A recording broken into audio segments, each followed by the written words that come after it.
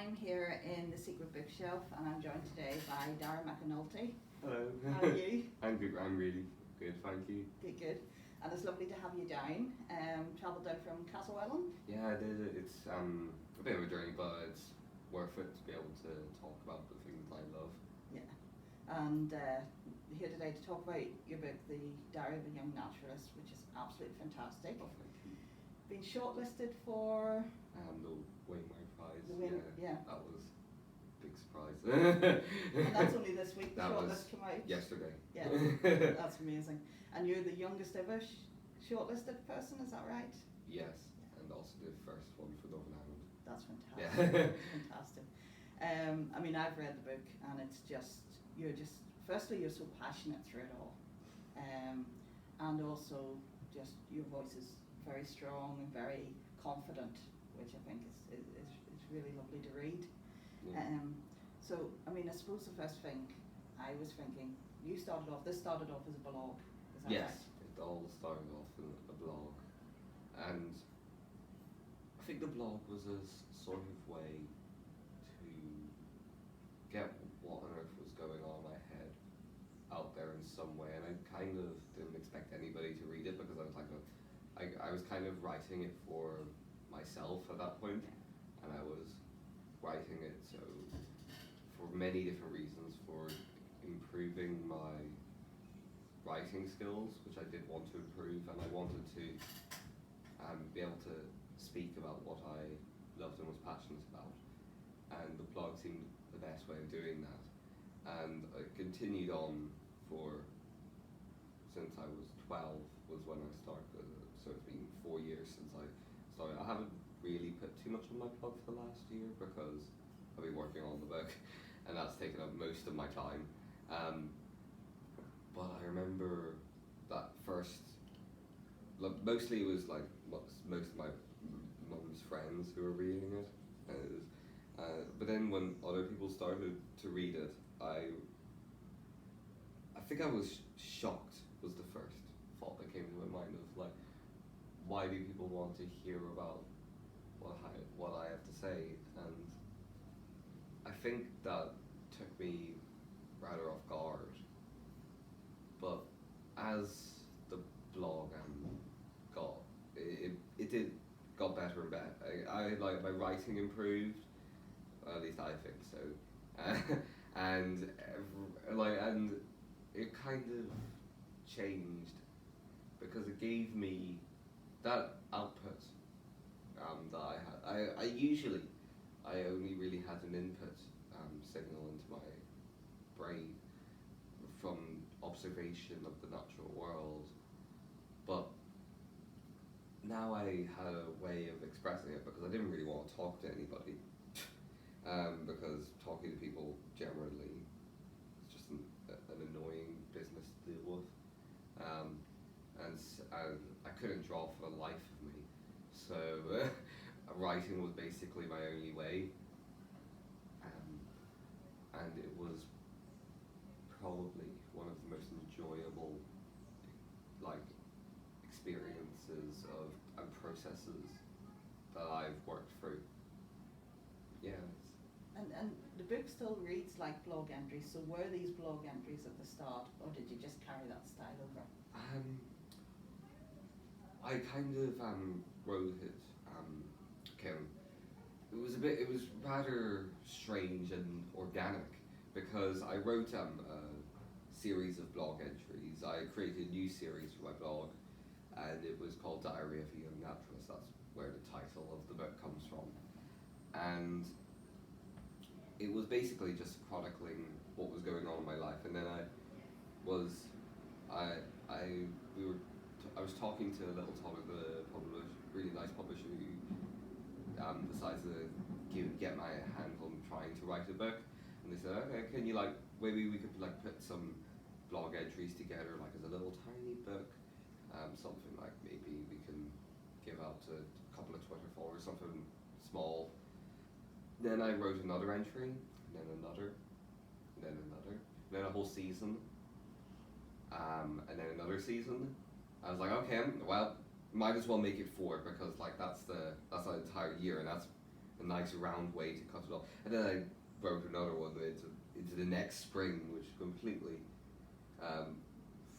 threw me off a little bit of kilter. But anyway, it was really organic, and it was a magical experience of just writing down what was going on in my head as it came out. Like sometimes I would be writing an entry a couple of weeks after it had happened, because I wanted the entries to be good, and that I can't write something good in a day, so I had to spend a couple of weeks on it. But I remember the one that I spent the longest on was Ballyknoe. It's a stone circle, and it was in that one. It was when I went to winter, which is the latter part of my book. I went really contemplative and retrospective. Like the first three are all quite energetic in comparison, and with summer being just being downtrodden, spring, happy regrowth, growth in all of them, and that sort of theme, and in autumn, the rebooting of being, and winter contemplating on what has happened, while finally finishing off in March a wee while after winter in Glendalough. And I remember writing Ballyknoe. It's the first entry in winter, and I got an opportunity to look back, not just on my life, but on ancient lives, and on what had came before, from the people who built the stone circles and the ancestors who were buried there, and that basically drove me on into winter, and was really, really special for me. And I kind of wanted to draw connections, because that is that is one of the things I love doing in writing, is bringing up connections and how different things are interlocking and interlacing, and interconnectedness that I know that our world is.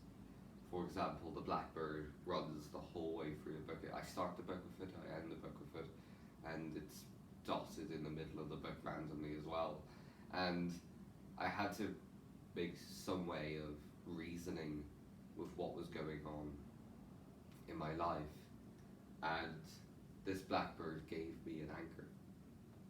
And your mum calls you Blackbird, is that right? Yeah, I'm Londu. Yeah. And the blackbird has always been that special bird for me. It's that bird that I looked at when I was young through the curtains. It was the bird of St. Keeving, and it was the bird that woke me up in the morning. It was the bird that I could see throughout the day, and it was the bird that I would last sleep before night time. And it calls through most of the year compared to other birds. I think it only doesn't sing in winter, but it sings in autumn and spring as well. And that for me gave me that anchor that I was talking about, that was essential for how I laid out my life. Because one of the things you do, you entwine your life, mythology, the nature around you, and the way you're talking about it there, it's almost like the book is tracking the seasons themselves. So winter is reflection, and and I think that's one of the nicest things about it, is how natural it all feels. And also it's really, really honest the whole way through. Honesty was a massive part of the book, because if I'm writing a diary, if I'm not honest, then it's not a diary anymore, it's just a novel. That's not really what I wanted. I wanted to share my life. So I had to be honest with myself, and with the reader, and with the writing itself. And that was an exhilarating and also incredibly painful, but also ecstatic experience at times, as I had to relive all of these memories. And that could be from the high that I was feeling from the goshawk to the terror and feelings of doubt and misery of moving a house. And I had to go back through my life and reimagine and relive it. And that was something that I'm grateful for, because now I understand my life that much more. And that honesty allowed me to do that, because I'm understanding my life and how my brain works and how I've worked my way through this web of human interaction and wildlife and nature. And now I know the signs of when I'm going to be going under and how I can prevent that, and that has been one of the greatest things that's come out of this book. That's fantastic. That self-awareness, Yeah. you know, is something that, you know, presumably then stays with you. And Yeah. And I mean, one of the things that made me smile a bit, because I think it's so much how we all are, is when you say, you know, I both like change and I also hate change. Yeah. It's, well, I need change, but I also absolutely detest it. I have, whenever we move house, because we've moved house a bit, and whenever it happens, there's a sense of exhilaration of getting a chance to start over and create something new every single time. But there's also that fear of losing what we left and what is left behind. And it's almost like every single time some change happens, it's a turning point. And for that, it's sort of altered how I looked at life and how I experienced it. Because with change itself, it's like something that I require to exist properly. Because if everything was the same, then I would get bored out of my daylights. But when it does happen, in the beginning to Rathlin, I kind of I talk about how I'll think about the journey, anxiety afterwards. I think about how ludicrous it all ludicrous it all was. That's how I feel like every single time after a change. Oh my goodness me, I've been an absolute idiot thinking about how stressed I am about this change, because when it actually happens, it's usually something good has come out of it. But every single time the change is happening, the anxiety army does march in. We spend more time worrying sometimes than we do with dealing with. Yeah, and sometimes if I'm not worrying about something, I'm worrying that I should be worrying about something. I'm the same. Yeah. It's like, there should be something. Yeah, and your brain walks the same paths and the same patterns. It's very frustrating as well. Incredibly frustrating. So, I mean, this whole last year must have had so much change for you in it. Yes, it's basically been my year of change. It's like, I'm really grateful that I decided to write a book in that year, because it's probably one of the most eventful years of my life. Yeah, none of us are forgetting 2020. None of us are forgetting 2020, but I'm certainly never forgetting 2018 to 2019 because of what happened in this book. Yeah. And I'm glad I wrote the book when I did, because I feel like if I wrote it before or after, it would be pretty boring. And then I would have had to, and then I would have gone, okay, I have to write about this period of my life. That wouldn't be quite as good, but as good as what I would say good, because I'd have to be looking back on it from years in the past. I wouldn't feel the rawness and the exact feelings I was feeling back then. So I would have probably not even done anything with it at that point. But yeah, it was it's shaped how I looked at the world, and how it's funny that, isn't it? How writing, talking to a page can alter how you look at the world and how you assemble your thoughts in your brain by doing something that you've done in your head already.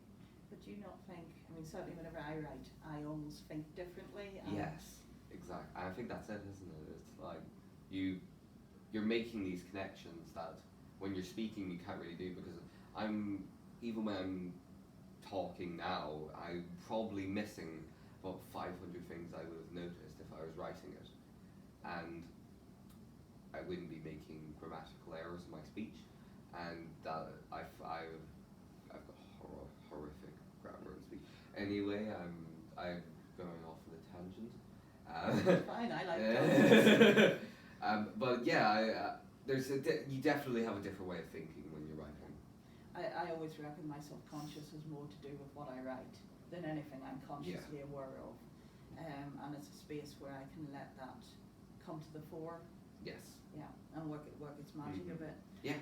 You know, so if this was very much of a time and place, do you see yourself writing another book, or do you say, you know, this is the one I wanted to write and move on, or are you not at that point? There are thoughts circling in my mind about books. I have a desire and actually a need for writing at this point. I'm writing a children's book, Fantastic. a children's picture book. I'm not allowed to mention who the publisher is, Okay. because it'll be released at some point. And there are thoughts bubbling in about mythology and all of that, and all of those themes merging together in my brain into something I'm not entirely sure what it is yet. But yeah, I have to write at this point. I feel a need. It's horrible, it gets into your mind and it never goes. Yeah, it's never going to disappear, is it? You know, I'm kind of like, okay, this is what I'm going to do now, isn't it? Well, for the rest of us, it's a good thing, because I genuinely think it's one of the best books I have read this year. Thank you. It's one that I'm going to be gifting to people and saying, you know, this is just fantastic. Thank you so much. Just the freshness and just that connectedness that you know you're mentioning. I'm going to thank you again for coming along today. It's really, really Thank you interesting. so much. It's been amazing. And thank you. Okay. Yeah.